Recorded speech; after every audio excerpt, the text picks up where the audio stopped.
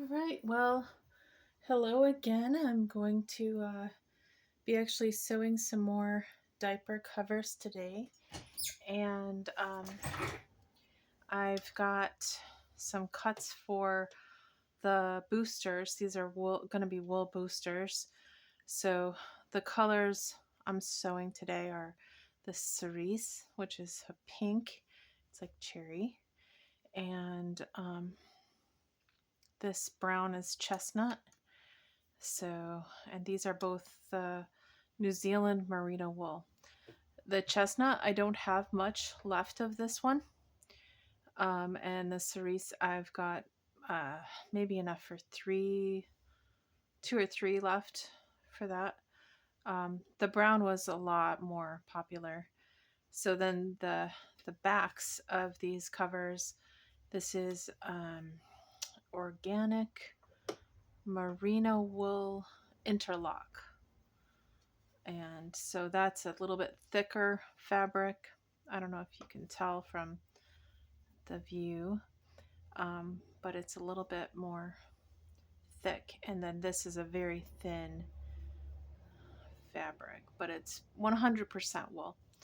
So I'm going to be doing these. I'll do, let's see, I've got right side, and then the interlock doesn't have a right side, so I'll sew this one first.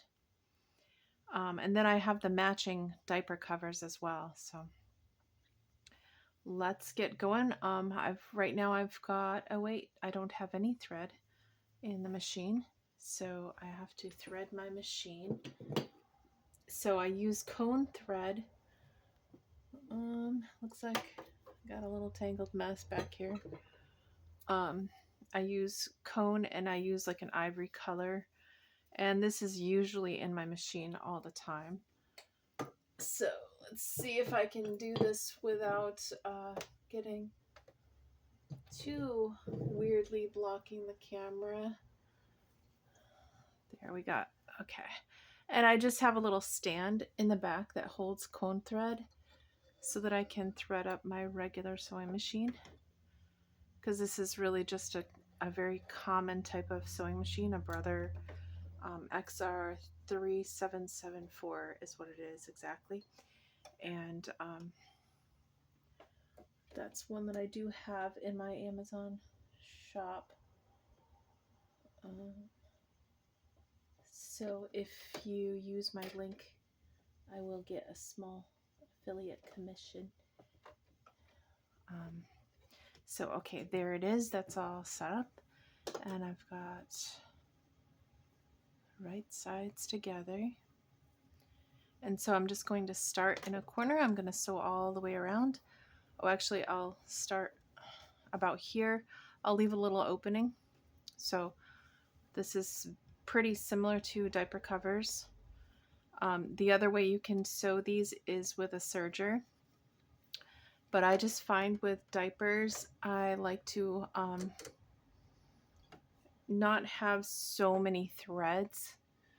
So I like to sew it and then top stitch it like this. So I'll start with a back stitch, and then I'm just gonna do straight corners. When you're using a serger, you're gonna want to use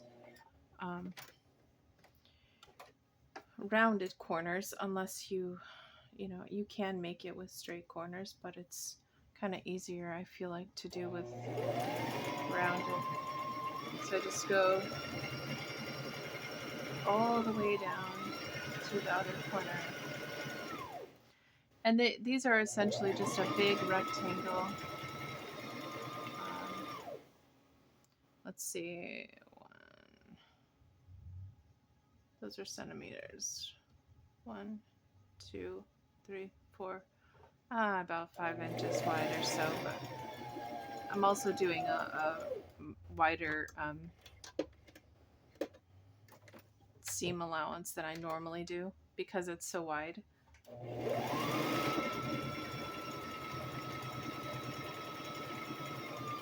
The other corner, and then I'll leave my needle down and then turn it so I get a nice corner there. And no looping threads in the back.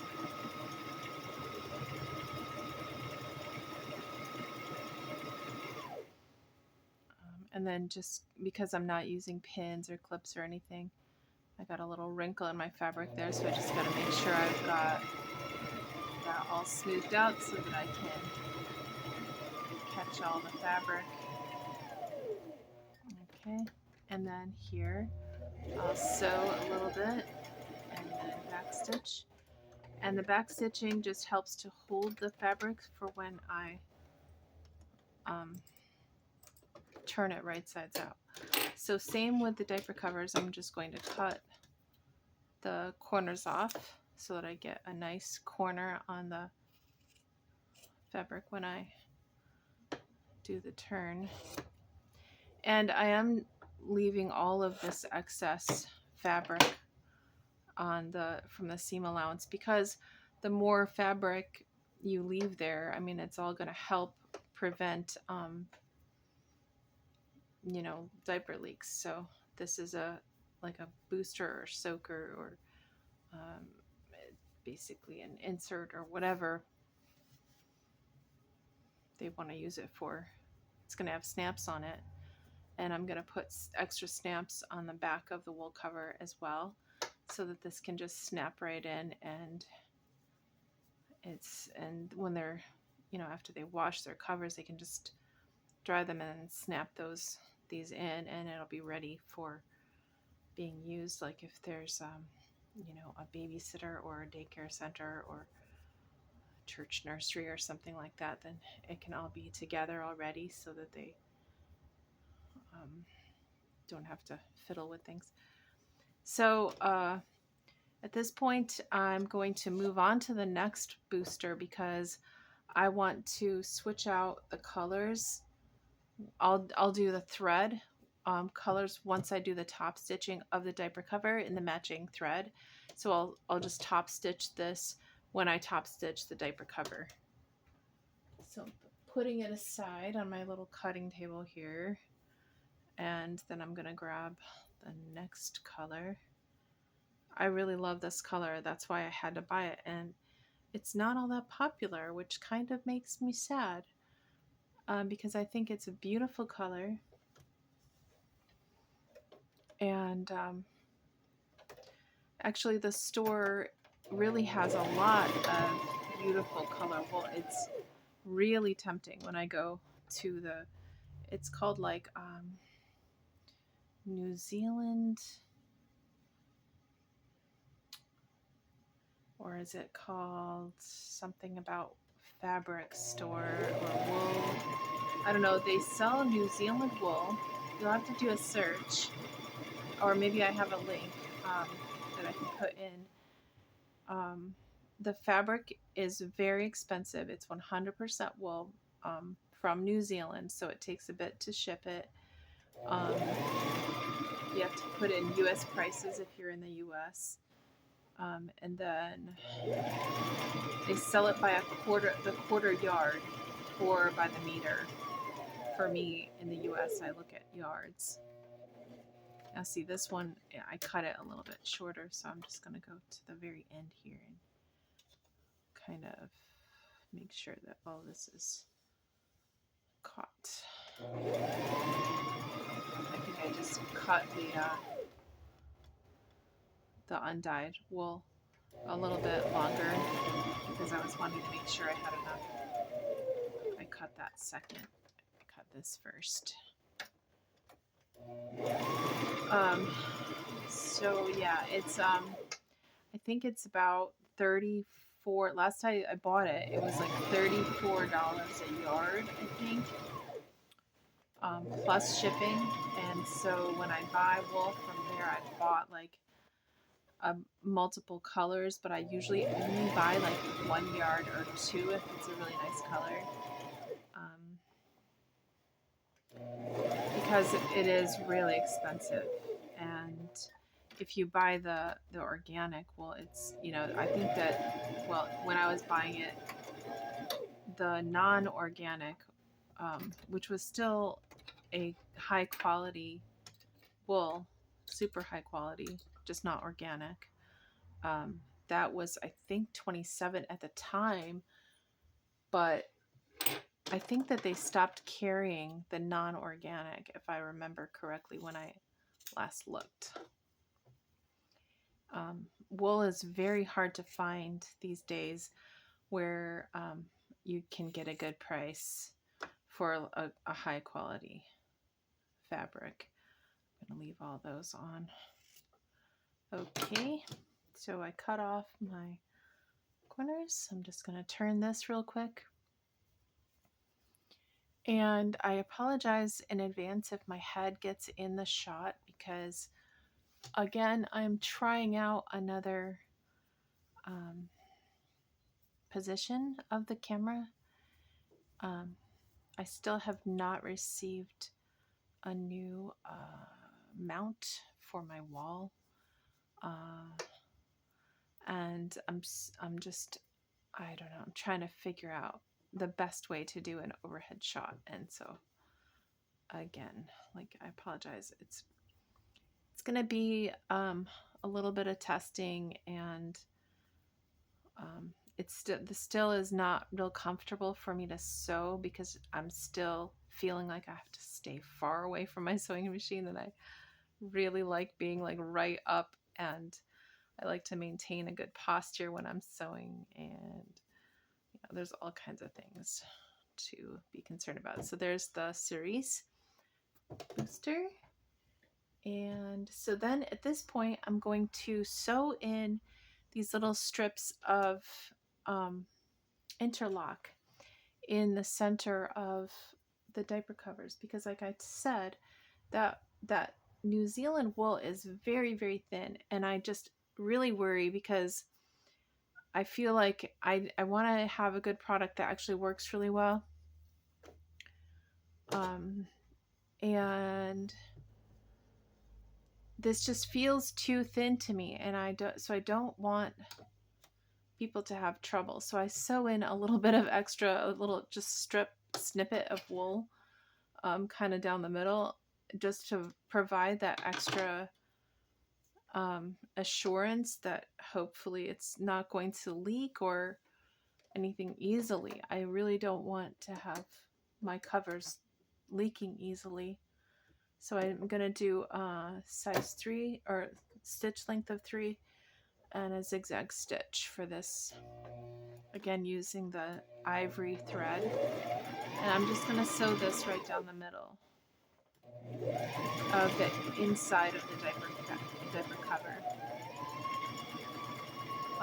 It all depends on like what shapes of extra pieces of wool I have, because I don't like, again, to waste a lot of fabric. So sometimes they might be a little bit thicker or a little bit wider. Not thicker, wider.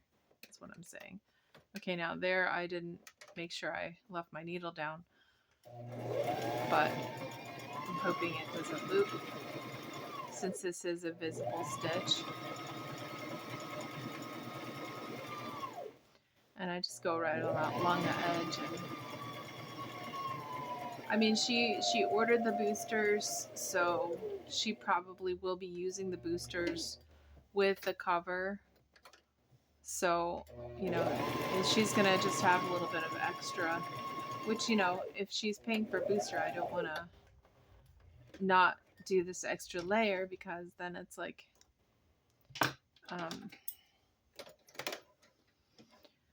sorry, I'm getting sidetracked by my thread snippets because I don't have a trash can nearby, and I'm still trying to sort that out. But yeah, what I'm saying is I don't want her to have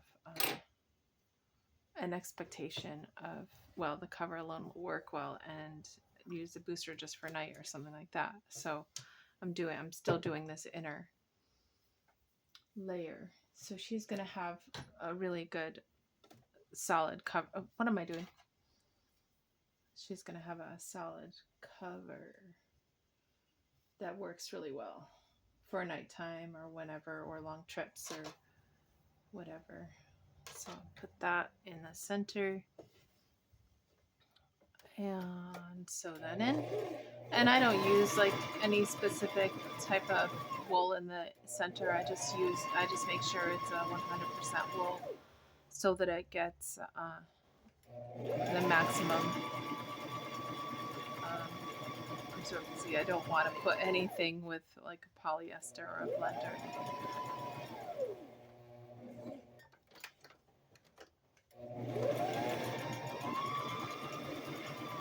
So give me your thoughts on that. If you think this is a good idea or not. The thread is polyester so that it doesn't wick moisture, because otherwise, like anything like cotton or any cotton content can wick onto the clothes. It can wick the moisture onto the clothing, and we don't want that. So that's why I use polyester thread. I do have 100% wool thread, and I have sold some diaper covers with 100% wool. I'm getting ready to list those covers pretty soon, so hopefully that will be up in my shop within the next couple weeks, because I do have some guests coming to my house, and so I'm gonna have like not a lot of time in the next couple days. So all right, we'll start with the chestnut color. So I'm gonna line up, this is the front of the diaper cover. I usually do this on my cutting table so that it's a little easier, but since I'm doing a video, I'll just do it here. All right, and I'm gonna start with a back stitch. I'm gonna put this back down to 2.5. Oh, and straight. Let's go to the corner and then leave the needle down and turn. Go here, get that thread out of the way, and then this is the kind of like a wing in the front that goes, you know, it wraps around the baby's hips. So that's where we are. And I'm gonna just sew until I want to put my elastic in. Switch to the zigzag stitch and grab my elastic, and I just usually just put this is a 1/4 of an inch clear elastic. The brand, if you want to get the brand, is called Lastin, and I believe I have a link for that as well. I think it's an Amazon link, but there are some other links for some sewing notions that are not an affiliate link. Like you can find it, I believe, at Joann Fabrics. Yeah, you'll be able to find like small packages at Joann Fabrics.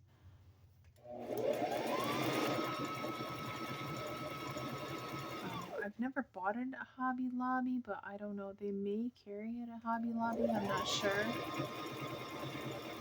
And it's probably the Hobby Lobby brand.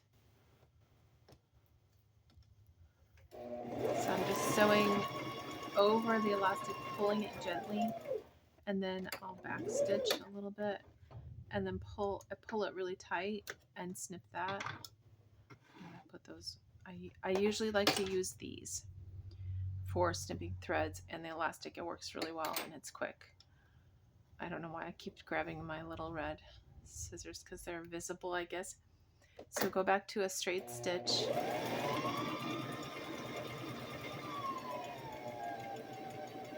And I'm trying to think, where am I? It's like a 5/8 is the stitch what is that called? What stitch? Whatever. I'm sewing in it. I don't use these terms too often, so like I'm just doing it. It's just happening.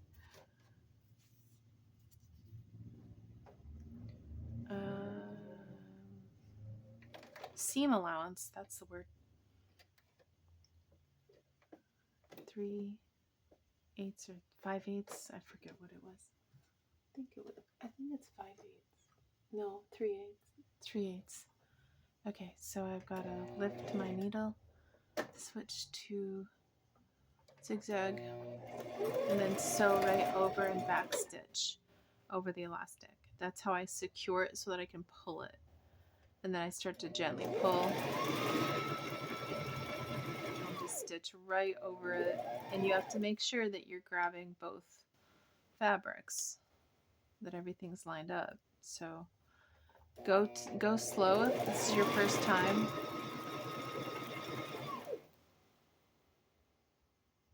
And make sure that you're doing the right sides together so that you don't get the whole thing sewn and then have to switch, not switch, and then realize at the end that you sewed it inside out. So at that point you have to rip out all the stitching, including over the elastic, which is really a pain in the butt. So you want to make sure that your right sides are together when you start your sewing. And then I end it, so I start it and I end it about an inch from the corner there. And then I backstitch again. That just provides some extra security, even as you're using the diaper cover. Lift my needle and then go to straight stitch again. We'll go around this corner.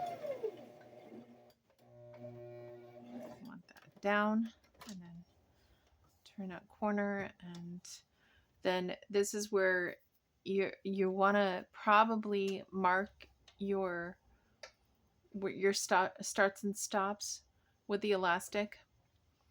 I don't mark it, I just sort of go, and then when I see it's starting to curve in, I compare it, which you can do that too. I mean, it definitely takes some of the, it makes it a little bit more casual. So I mark it with my finger where I need to sew, and then sew up to that, and then I'll put it on zigzag again and do the elastic.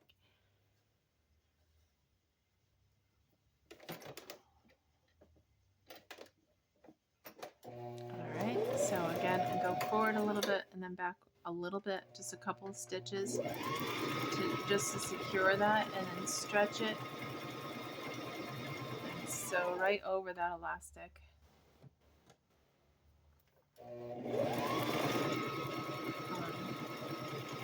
And like I've said in previous videos, if you are interested in buying the diaper cuts, like, so I would just send you the materials, I would send you the elastic, I'd probably even include matching thread for you. I can't exactly, I mean, I could send snaps, but unless you have a snap press, then that won't really do you much good. You'll have to either buy like metal snaps, like Joann Fabric sells like a little snap. It's like a little plastic thing, and you put the snap in place, and then you hit it with a hammer, which I've used plenty. Or you can buy. Oop, didn't switch over to straight stitch. I got to do that. Or you can go to camsnaps.com and buy like a home handheld version of the snap press. If you're serious about making some cloth diapers for yourself or other people, then that's definitely a purchase that would be worthwhile. And those are, last I saw, they were $30, $35, something like that, for a handheld snap press. They do sell these on Temu as well, like little, but they're very cheaply made. I don't know. I ordered one at one point and it was tiny. I was just like, what is this anyway? I didn't even try to use it. I would just returned it. It did not look right to me. I was like, I have this big hulking iron, like piece of machinery. Like it's really, it's old and very durable. And I was just like, oh, this is not the same type of product. And I ordered that. I don't even think it was from Cam Stamps. It was from a co-op way back in the early 2000s. I don't know if you can even find them anymore. Maybe on like eBay or something like that. But Cam Snaps does sell like the table mount version, and they're durable. They're the same thing. It's just a newer version. So go to camstamps.com if you're interested in using stamps on your diaper covers. I don't get any affiliate commission for that. I just really, they are a good company based in California, and they are very helpful and professional, and it's a really good product. So I highly recommend them. So I'm just cutting off the corners again, just like I did with the boosters. And then we're going to do the same thing. So I didn't explain that, but I left an opening. So like after I did finish the front elastic, I backstitched and I left this opening here so that I can reach in and turn the diaper cover. You'll see it on the next one. I'll hopefully remember to explain it to you, where I start and stop with the elastic. And this is a very, I would say, unique way of making diapers. It's something that I developed back in the early 2000s because I was sewing them for my own children, and and even in 1999 I was working on patterns and things like that because I was expecting my third baby, and I got a thread here, and so I really wanted to use cloth diapers full time with her. With the other kids I used them, but I didn't have enough to use them full time, and so that's why I started working on really like perfecting a pattern and finding the fabrics that work the best and everything. With the other two kids, I kind of used like flannel, like anything that was 100% cotton, because that's all I could get my hands on at the time. But then thankfully the internet made it possible for me to get hemp from China. So I was able to do that. So here's our diaper cover, the first one. And it just needs to be top stitched, and then the snaps or other closures applied. With this style, you can't really do anything except maybe buttons. So then you could like make a buttonhole on one side or the other and then install buttons, which I used to use early on with my own kids' buttons, and I loved them. They worked really good. So I'm gonna wait on top stitching this, and I'm gonna do the cerise. I don't really know if that's the right way to pronounce it, but I think it's a French word, and it's like a cherry, like cherry blossom. I think it's French. Right, so I'm gonna line up my fabric. This is just sort of folded under there. So I'm gonna start like maybe an inch from the corner. I'm gonna back stitch, and when you back stitch again, it just makes that seam stronger, so that when you're stretching that fabric and trying to turn it, it doesn't take the stitching out. Okay, I'm gonna go around because these are a knit fabric, it does stretch and stuff, and so you just kind of have to make sure that if it's stretching, you're kind of keeping the fabrics aligned so that you don't get wonkiness at the end of your stitch. But even, flannel stretches a little bit when you're sewing it as well. So, I mean, depending on the weave, it can stretch too. So I'm always trying to keep an eye on that when I'm sewing. So then you see how I'm just pulling gently. So I'm not pulling to the extreme, I'm just pulling gently. And we will be sewing over this elastic on the outside. This thinner fabric, I can do the top stitching over the elastic areas too and still maintain a good stretch. Where with thicker like flannels or thicker knits, I don't top stitch over the elastic because it'll stretch it out too much and it's just basically like not really even elasticized at that point. And that's something else I learned when I was, developing the way that I do this. So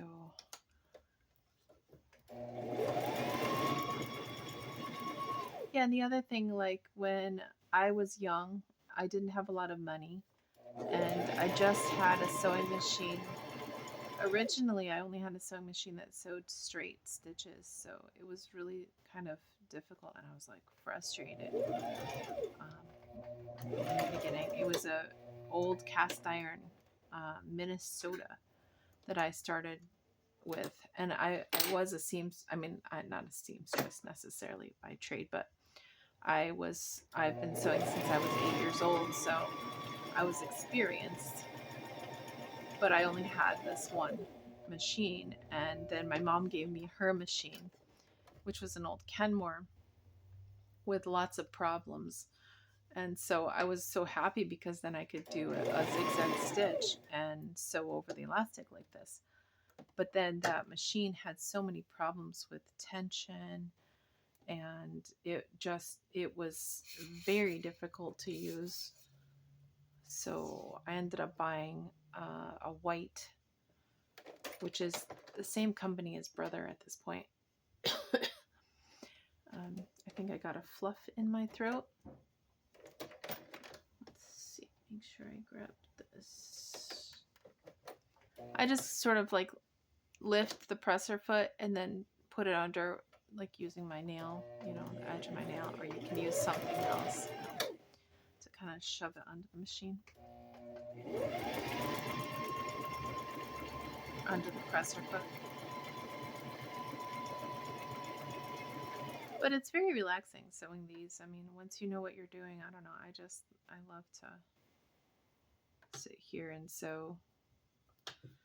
I do hold, like I was saying, my posture, I try to hold my back really straight.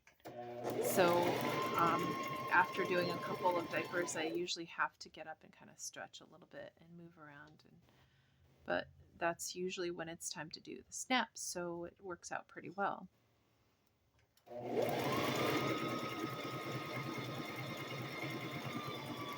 So go to, again, about an inch away and then back stitch.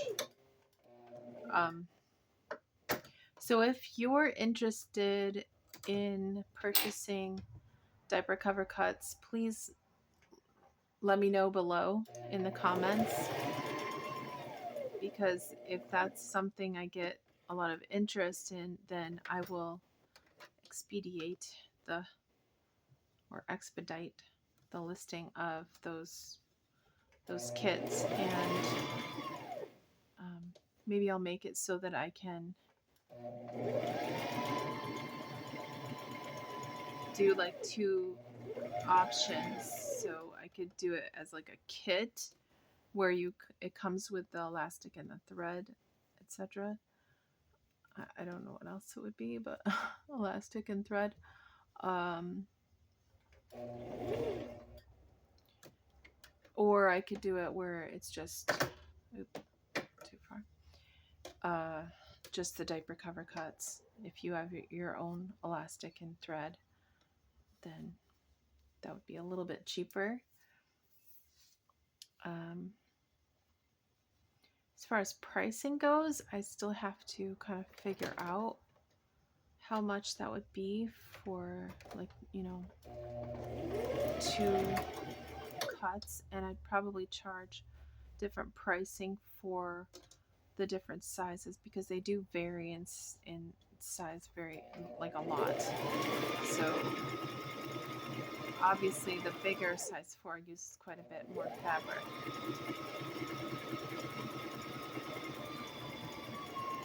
But I figure this will be helpful to people who want to just kind of try it out the cheapest way possible and who know how to sew or want to learn how to sew. And then through these videos, I'm providing instructional videos on how to do it. To be honest, it's not really that profitable of a business, but obviously, people can always do that too. It's not like I have a lot of money where I can sue someone for using my pattern. But I do want to promote cloth diapering as much as possible because I feel like it's just a better way to diaper. Honestly, I'm kind of a snob about it. I'm sorry, but I just am. I feel like it's better for the environment and it's better for the baby and better for the family actually too, because usually kids get potty trained a lot sooner when they can actually feel that they're wet, where paper diapers kind of keep kids in diapers for a long time because they don't even feel it. It kind of wicks everything away from the skin, and especially for toddlers, like they have to actually be it's like self-aware that they're actually wet, and if they feel it, then they usually don't really like that feeling and they want to use the toilet. I mean, at least, I found that with my kids. I had no problems potty training my kids. We had some issues with one of them with the bedwetting, but that was because she was not aware when she was sleeping. I think she was just a really heavy sleeper and just had more trouble at night. But usually by two and a half, they were usually potty trained. So I don't know. I think it's just a different mentality, and but it's also good. I think it's better for their skin as well because using natural fibers, is not going to give them a lot of allergies and things like that. I know kids these days have really sensitive skin, and I think it's because we have so many chemicals. Also, okay, so that brings me to another point. When you wash them, you have to use like a good detergent that's not full of chemicals, and you have to use not too much detergent. I mean, it sounds counterproductive, but you don't need a lot of detergent in cloth diapers because, and obviously these are wool covers, you can't really just, well, you can throw them in the wash, but it's gonna suck all the lanolin out of them, and then they won't work as well. If they actually shrink, well, then you're gonna have a smaller diaper cover, which may not work very well, and but the fibers go closer together. I'm really rambling here. The fibers end up being closer together if it shrinks, and that actually helps the fibers absorb more liquid. So there are two different methods of using wool covers. I'm really getting on a rabbit trail. One is to lanolize it and keep lanolin in it so that it kind of becomes more like water resistant. The other method is to actually make it very absorbent so that the fibers absorb liquid, and both ways work. But I will say, this New Zealand wool, I have washed it and dried it on hot, and it does not shrink that much. It's been a little bit more processed, I would say. So it probably shrank while they were actually producing the fabric. So so that doesn't work that way. Some of my other fabrics will work that way, where you can actually shrink the diaper cover and, use it that way. It's very interesting. So I'm going to rethread my machine with this pink first. This is Gutermann thread. I actually got it from the same place that I got the wool from, and you can actually buy the matching thread when you buy the wool. They will pick out like a Gutermann thread that matches the best that possibly can. So I've done that with a couple of the colors that I've bought from them. So back to, okay, well, we'll talk about top stitching first, and then I'll go back to washing cloth diapers. Okay, so I'm gonna start top stitching in this corner, and obviously you want the colored side, you want the outer layer of the diaper cover. I'm gonna put my stitch length on 4, and obviously straight, unless you want to do, you're more than welcome to do like a decorative stitch as you're top stitching. I mean, it works just the same. And then I'm sewing really close to the edge, like maybe 1/4 of an inch or something from the edge, until I get to the elastic, which obviously I can see. I could probably see a little bit better than you can where the elastic starts, but it also, like, there's a hole here because that's where we turned it. So I'm gonna stitch straight until here. Then with this kind of fabric alone, I don't do this with thicker fabrics, only with the thin ones. I drop down about maybe 1/2 inch or so from the elastic and sew around it so that it still stays pretty stretchy. That's why I do that. So if you bought a diaper cover from me and you notice that, that's the reason why. And then as it comes to the edge, to the end of the elastic, I go scoop back up to the 1/4 of an inch and then sew straight to the other corner. So yeah, so you'll notice in my videos where I'm doing top stitching, if it's a thin fabric, that's why I do that.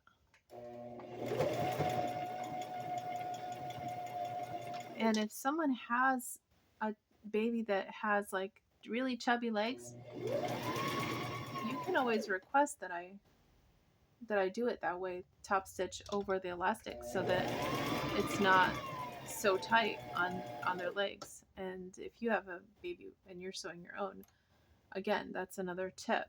Like if your baby has really chubby legs, that will loosen up the elastic a little bit and won't be so tight. But for a baby with, especially like a newborn, you want the elastic to be like really gentle and tighter, because usually newborns have very skinny little legs and it's hard to get things to fit tightly around them. They do get fat fast though sometimes. I had my babies were always, and I nursed, but they were always really thin. They were they were more thin on the thin end.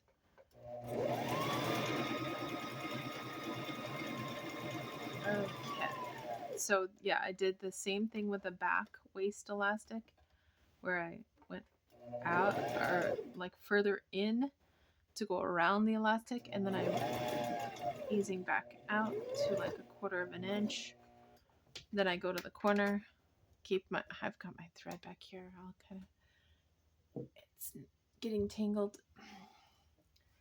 Um, and so then I go through and I just pull and make sure that the seam is like all flat and smooth. So I'm constantly doing that. You'll see this is why I'm fiddling with this, because I'm like stretching it out and making sure that it's all smooth. Then I go in again because this is the leg elastic.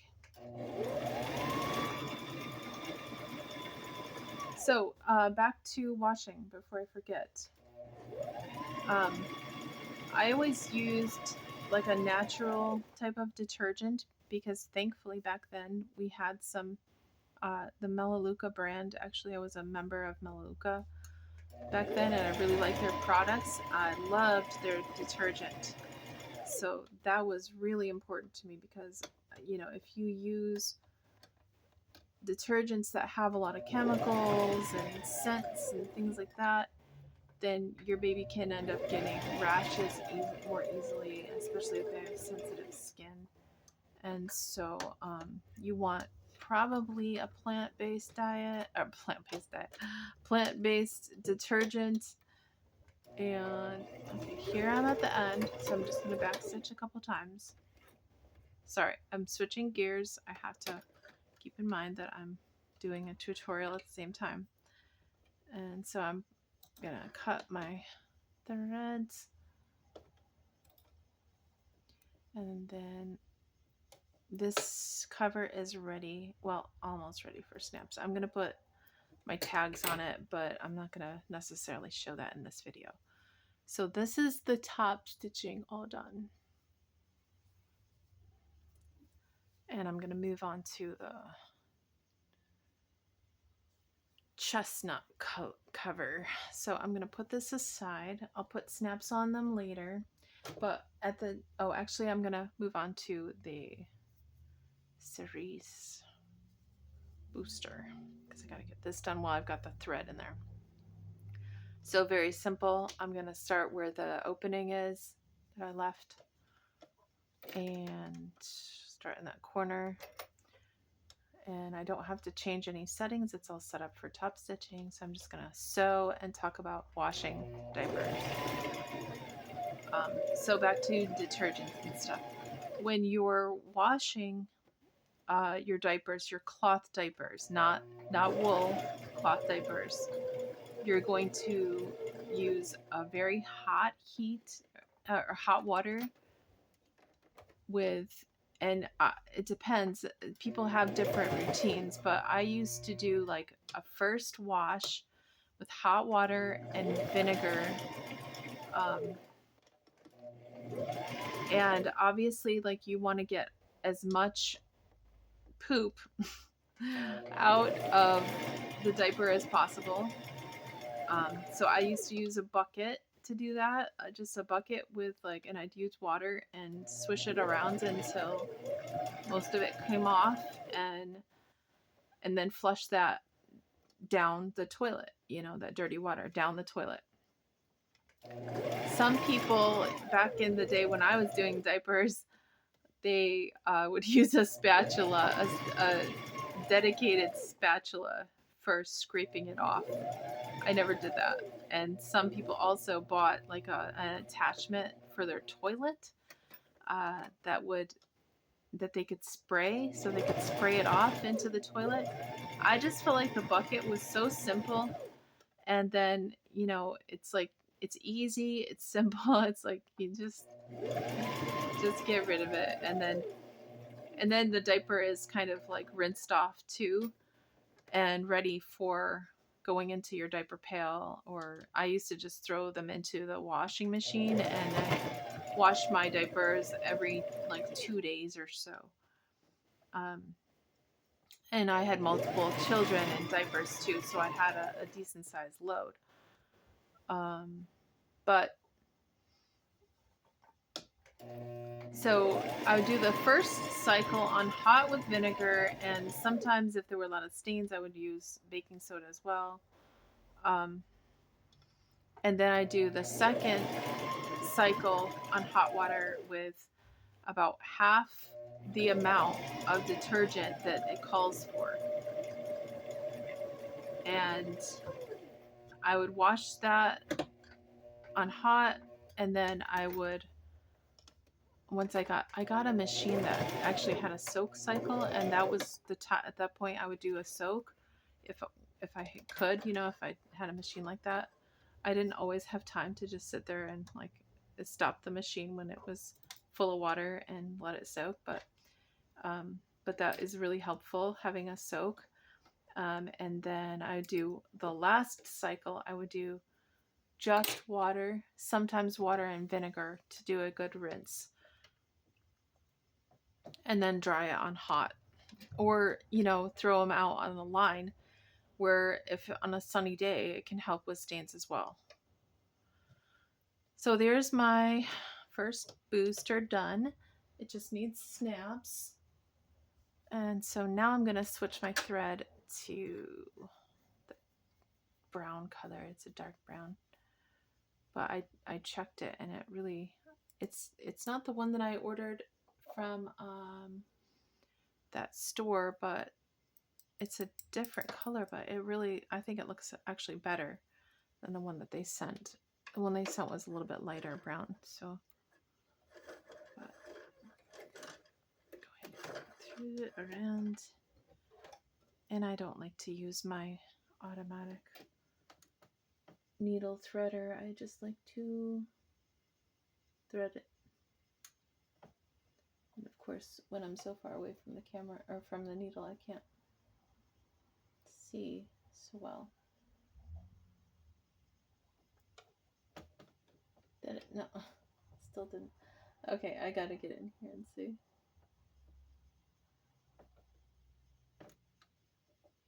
Come on. Okay, there we go. All right, grab this. And maybe I'll take a break from talking and get a drink.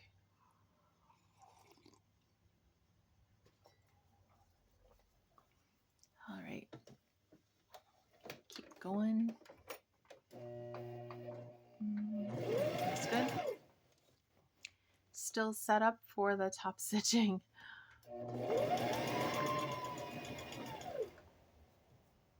And elastic here, so I'm going to go around it. Oh, and also the other thing is you stretch the elastic as you're sewing over it or around it. You don't want to sew right over it, because then that just puts more holes in the elastic. So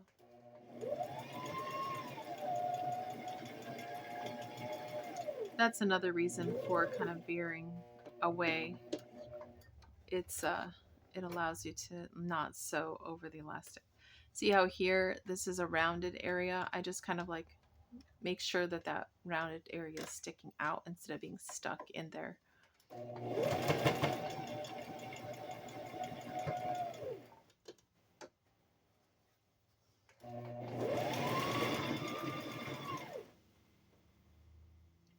So I stretch it, and then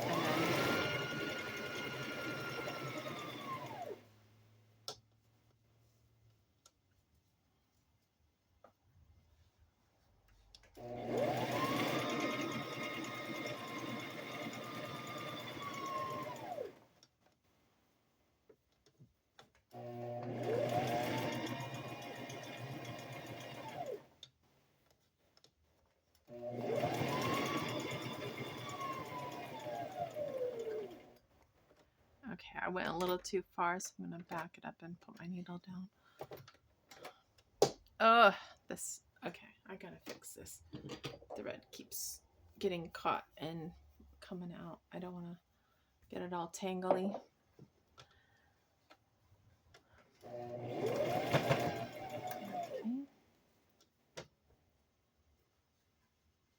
And usually when I'm starting to stretch it, I like to have the needle down as well,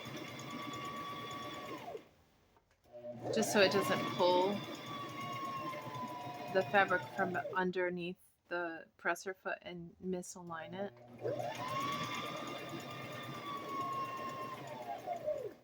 Those are all things that you kind of pick up over time. And it's been so long since I've been doing this that I'm kind of forgetting what I normally do, like just on instinct or because it's a habit, you know? So I'm trying to remember all of these little tips as I'm sewing, but my mind sometimes wanders too, as you've heard.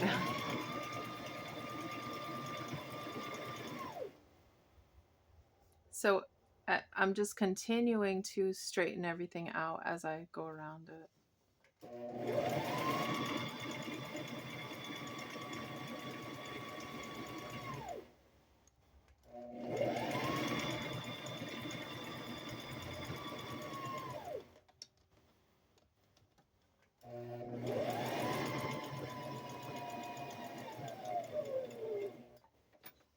Okay, I go around that corner just so that I know that they're both connecting there, and then just do a couple stitches and back stitch.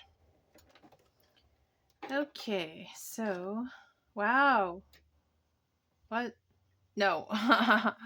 Oh geez, I ran out of my bobbin thread, so I have to. I was like, what? I I saw this. I thought it had just ended, but no, it ended back here, so I gotta redo that part. So actually, I'm gonna take a little break while I replace this bobbin thread. I don't think I have another. Oh, I actually do. I tend to keep these refilled in this color so that I can just replace it when it runs out easily. Yeah, so the bobbin thread, because this is the natural color, I just use the ivory bobbins, or I use the cone to refill them, but it's not like I go out and buy like bobbins with that color, but I just refill like 2 or 3. Okay, so I can go back. So if that happens to you, no worries, you just back up and you start a little bit. Make sure that you have everything lined up with this where you were sewing last, and I start a little bit back where before the bobbin ran out. Okay, so come back to 1/4 of an inch and then just go around this again. It's a very small problem to have. So a couple stitches and back stitch. All right, so now I'm going to go over and put some snaps on, but before that I'm going to oh yeah, I've got to cut my threads from where I had to really start over again there. That's okay, that one has a little bit of threads, but yeah, I'm gonna put the tags on while I'm on my little break, and then I'll get the snaps on and show you a picture of what it looks like with snaps. I'm not going to walk through the whole snapping routine again, but I've got a bunch of videos where I've done snaps if you actually want to see snapping done. And I will put a picture up of the completed whole set of everything, and I'll see you in the next video. I hope that you got a lot of information and tips and tricks about cloth diapering and sewing cloth diapers, and comment below and like and subscribe. I'm trying to get to 500 subscribers, so please subscribe if you see this video. Even if you just subscribe and then later you don't want to watch stuff, unsubscribe. That's fine. I just want to get to 500 because I want to be able to do lives and to sew live and and give some advice to people who want advice, and get, really get information out there. So thanks so much. I'll see you on the next one.